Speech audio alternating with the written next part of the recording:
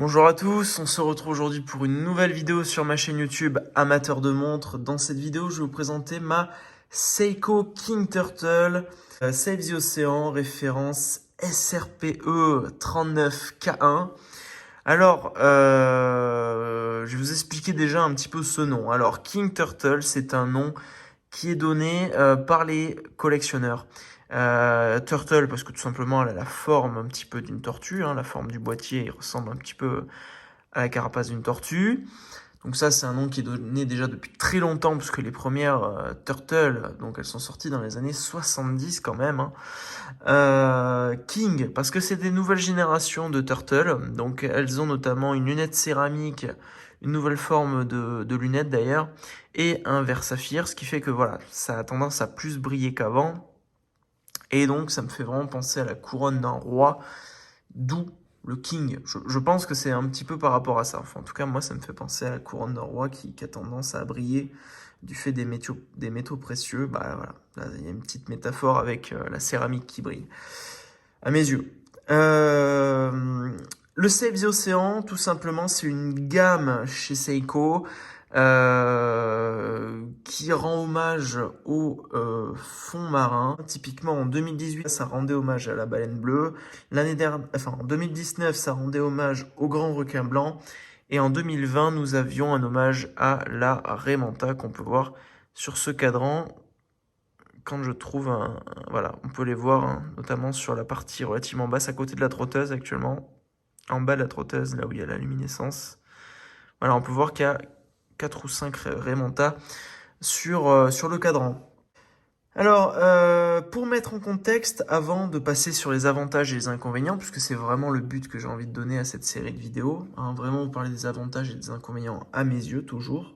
Donc c'est une montre que j'ai achetée en octobre 2020, un mois avant l'alpiniste. J'ai eu à l'époque un souci de bracelet. Alors je rentre pas tout de suite dans les inconvénients, même si ça pourrait être pris en compte comme un inconvénient. En réalité, je pense que j'ai eu un souci avec le bracelet. La personne qui me l'a monté, c'était la vendeuse. J'ai l'impression qu'elle n'était pas très très douée en termes de montage de bracelet, donc elle m'a un petit peu foiré les barres. Donc le bracelet a dû partir en SAV. Il est revenu, donc ça a mis 2 mois parce qu'il y avait le confinement. Enfin bref, voilà. J'ai porté un atto pendant 2 mois avec cette montre, c'était pas désagréable. Je préfère quand même cependant porter le bracelet métal, hein. Voilà. Point très important, c'est quand même la montre que je porte le plus. Globalement, depuis que je l'ai achetée, c'est elle que je porte le plus et vous allez comprendre pourquoi dans les avantages et dans les inconvénients. On va commencer par les avantages. Donc déjà, pour moi, l'histoire du modèle est très intéressante puisque l'histoire des Turtles chez Seiko commence quand même dans les années 70. C'est l'une des premières formes de plongeuses grand public de chez Seiko. Elles ont participé, je crois, à une expédition en Antarctique, avec une expédition japonaise. Enfin, c'était des montres de dotation même de cette expédition. Voilà, c'est une histoire assez intéressante, qui a presque 50 ans maintenant quand même. Donc c'est une montre qui a bien évidemment fait ses preuves, ce boîtier en forme de tortue notamment. Donc voilà, c'est intéressant. La gamme Save the Ocean ajoute un petit plus, je trouve, à la Turtle, comme aux autres modèles qui en bénéficient, hein, de cette gamme Save the Ocean. Le design du cadran est incroyable. Tout ce qui se voit de face comme ça est incroyable. Je trouve que la montre est extrêmement cohérente et extrêmement bien réussie. On va commencer déjà avec ce très très beau cadran qui a une texture et des variations de couleurs. Voilà, c'est beau. C'est-à-dire on dirait vraiment un petit peu, vous savez, le sommet des vagues avec le soleil qui brille en été. Enfin, je trouve que c'est extrêmement bien fait, la texture, avec les Raymanta comme ça, en fond, en ombre, qui sont vraiment très réussis, très bien intégrés. J'aime vraiment beaucoup le cadran. Honnêtement, c'est très compliqué à rendre en vidéo. Je vous invite vraiment, si vous avez l'occasion, à aller les voir en vrai, à les essayer. Et le cadran est juste magnifique. Il y a autre chose aussi qui est très sympa, c'est la luminescence. Une luminescence exceptionnelle. au moins au même niveau que celui d'une Tudor Black Bay. C'est pour dire quand même le niveau, mais bon, Seiko est quand même assez réputé hein, pour la luminescence. Elle dispose du jour et de la date. Donc là, vous voyez, elle est en train de changer d'ailleurs, puisqu'on est mercredi. Elle est en train de passer le mardi au mercredi et elle vient de passer le 16 au 17. Donc moi je trouve que c'est un avantage d'avoir le jour et la date. Enfin, ça dépend. Moi je trouve que c'est intéressant de les avoir parce que comme ça vous savez quel jour on est. Le truc pénible, c'est que voilà, il faut régler le jour et la date quand elle s'arrête. Euh, donc la lunette est très sympa puisqu'elle est en céramique.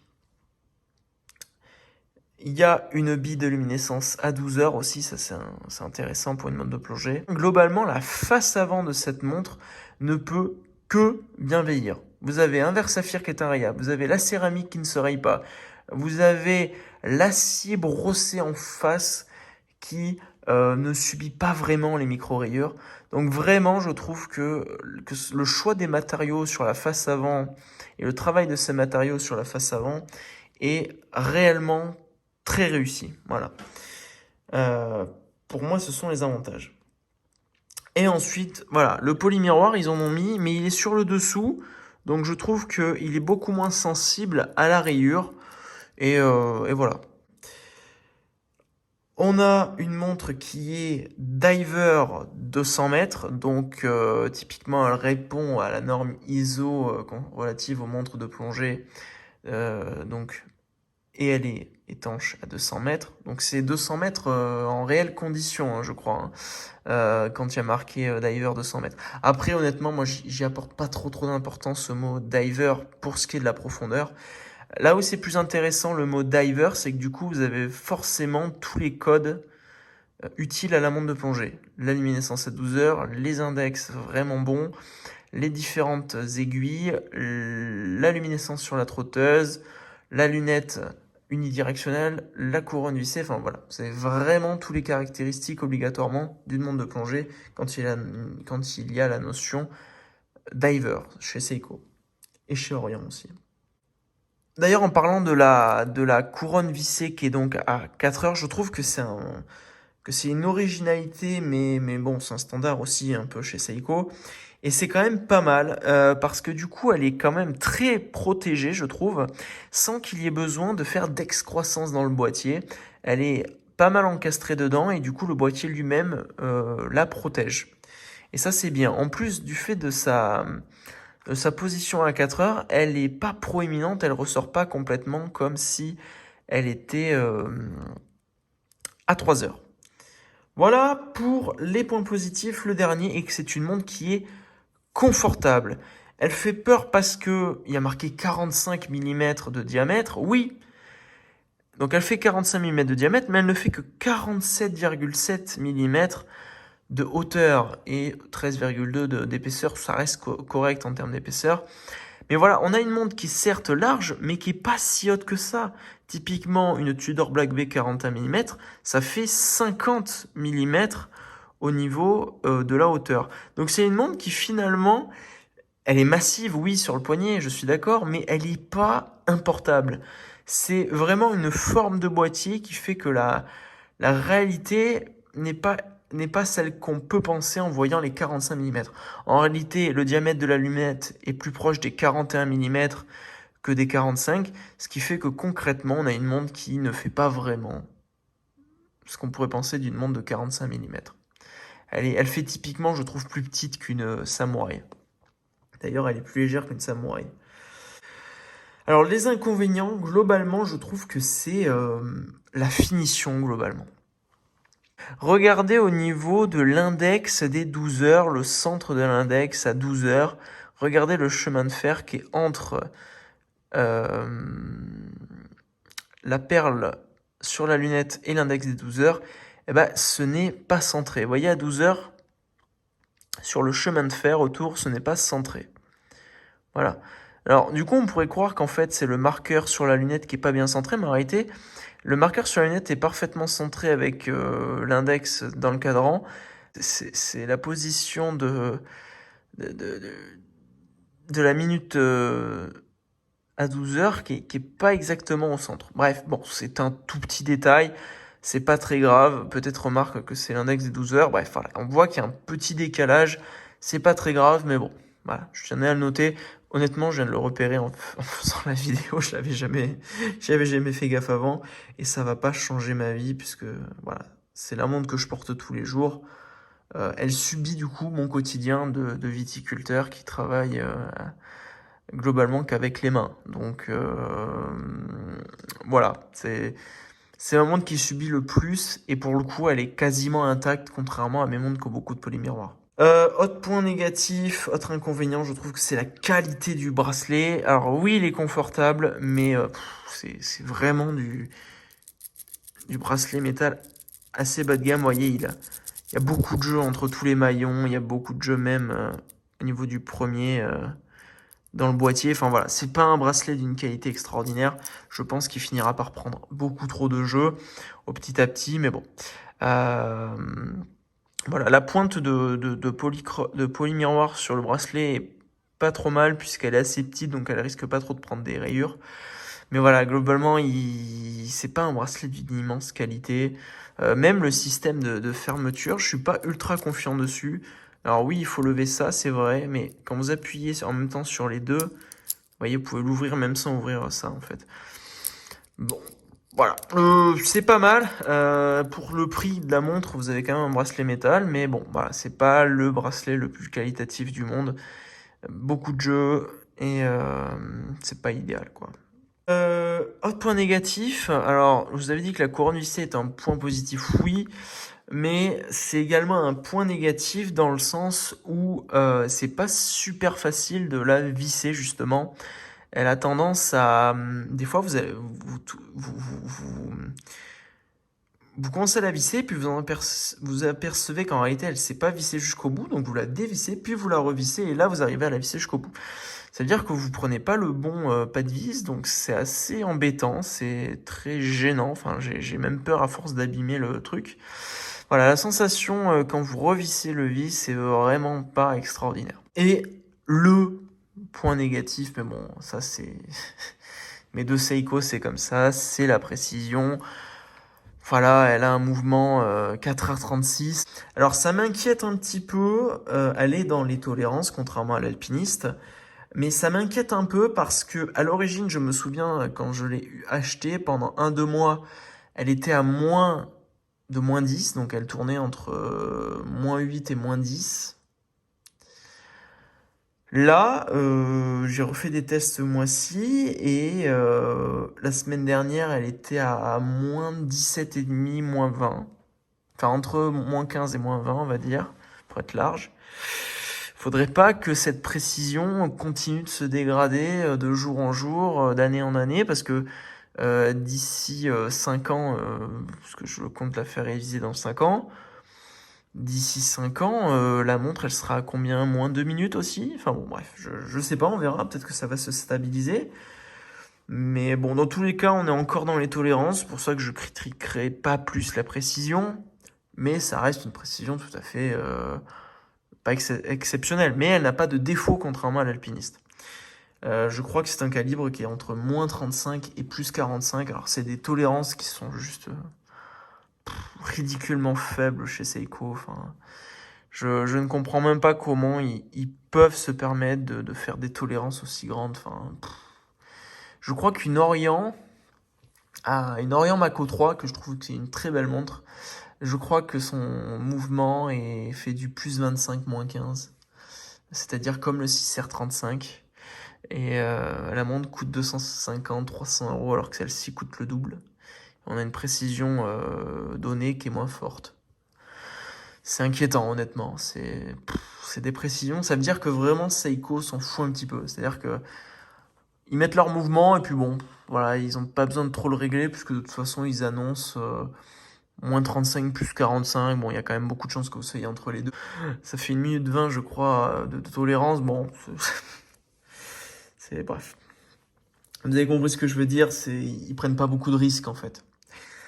Mais bon, ça reste des montres assez entrée de gamme, mais un entrée de gamme qui chez Seiko prend 200 euros, parce qu'à l'époque, il y a encore 5 ans, une Turtle ça valait 400 euros. Voilà, ça monte. Je peux comprendre pourquoi, pour le coup, hein. Effectivement, on a de la céramique, du verre saphir. Donc je trouve ça tout à fait normal qu'elle soit à plus de 500 euros. Là, il n'y a aucun problème là-dessus. Je la trouve bien positionnée au niveau tarifaire. Par contre, faut pas qu'ils augmentent plus. Ou alors, s'ils augmentent plus, va vraiment falloir un gain en termes de mouvement. Moi d'ailleurs, très honnêtement, j'étais en train de penser à ça. Pardon, hein, je prolonge un petit peu la vidéo. Je vais essayer de faire moins de 20 minutes au montage. Mais moi, je trouverais pas déconnant qu'ils proposent la King Turtle, enfin, qu'ils proposent la Turtle déjà, en dessous de 500 euros, comme ils le font déjà d'ailleurs, sans verre saphir, sans lunettes céramiques, avec le 4A35, qui propose ensuite à 500, entre 500 et 750 euros, comme celle-ci. Ensuite, entre 750 et 1000 euros, qui propose la même que celle-ci, mais avec un 6R35. Et ensuite, je sais pas, à plus de 1000 euros forcément, mais une King Turtle. Donc là, ce serait plus une Emperor Turtle même, mais avec voilà verre saphir, lunettes céramiques, un meilleur bracelet, enfin, plus qualitatif que celui-là, même si celui-là est confortable, mais voilà, qui a moins de jeu. Euh, voilà, une King Turtle avec un mouvement 8L35, et là, vous auriez vraiment un mouvement quand même plus haut de gamme. Je considère pas le 8L35 comme étant extraordinaire, il n'a pas une précision annoncée terrible. On est à moins 10 plus 15, je crois.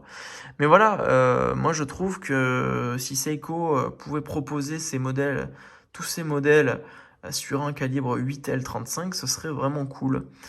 En tout cas, voilà, un petit peu tous les prix, comme ça on pourrait choisir. Moi honnêtement, je pense qu'à l'avenir, chez Seiko, le minimum que j'achèterai, ce sera du 8L35. Parce que la précision en dessous est très décevante et j'espère ne pas être déçu avec le 8L35. Bref, voilà, j'ai dit un petit peu tout ce que je pensais sur cette montre. Donc globalement, hein, je trouve cette montre largement plus positive que la Alpinist que je vous ai présentée, puisqu'en réalité, elle n'a pas de problème de précision. Oui, elle n'est pas précise, mais c'est dans les tolérances annoncées de Seiko. Tout le reste, voilà, le boîtier, les matériaux, le travail de ces matériaux, le design, l'histoire, le côté diver, la lunette 4 heures, tout ça, il y a énormément de points positifs avec la King Turtle chez Seiko. Donc, bien évidemment, c'est une montre que je vous recommande. Je vais essayer un petit peu de vous faire des vues de côté, voilà, pour vous montrer un petit peu à quoi elle ressemble. Et on va se quitter là-dessus. En tout cas, une montre très sympa dans sa globalité. 620 euros, je crois, ou 630, 620 ou 630 euros. Voilà, je pense que je vous ai tout dit. Dites-moi ce que vous en pensez dans les commentaires.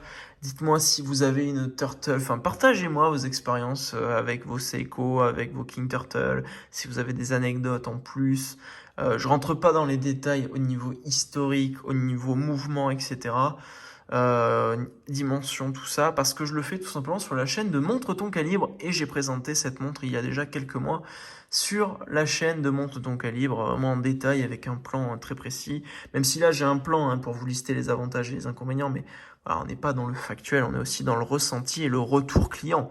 Parce que ça me paraît intéressant pour vous clients, environ 6 mois après avec cette montre, d'avoir mon avis sur cette dernière. Voilà. J'espère que cette vidéo vous aura plu. Je vous dis à la prochaine. Portez-vous bien. Ciao tout le monde.